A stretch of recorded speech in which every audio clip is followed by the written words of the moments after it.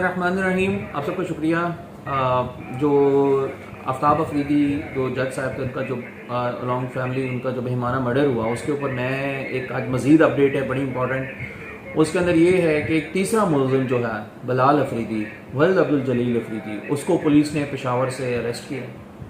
ये भी main accused है उसके अंदर। और लेकिन इसमें मैं आपको एक चीज़ जो इम्पोर्टेंट है वो मैं आपको ये बताता चलूँ कि ये जो बिलाल अफरीदी है ये एफआईआर के अंदर नॉमिनेटेड नहीं है।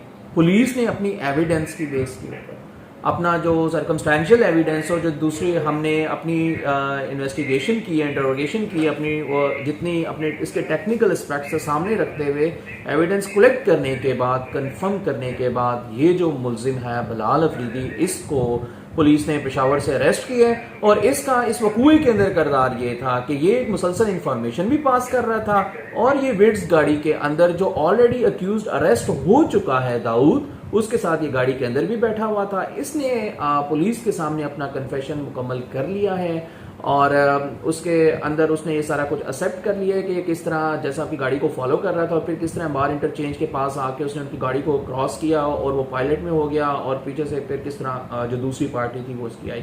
हम जो सवाबी पुलिस जो है वो इसके ऊपर केस के ऊपर काम मजीद आगे कर रही है और इंशाल्लाह आई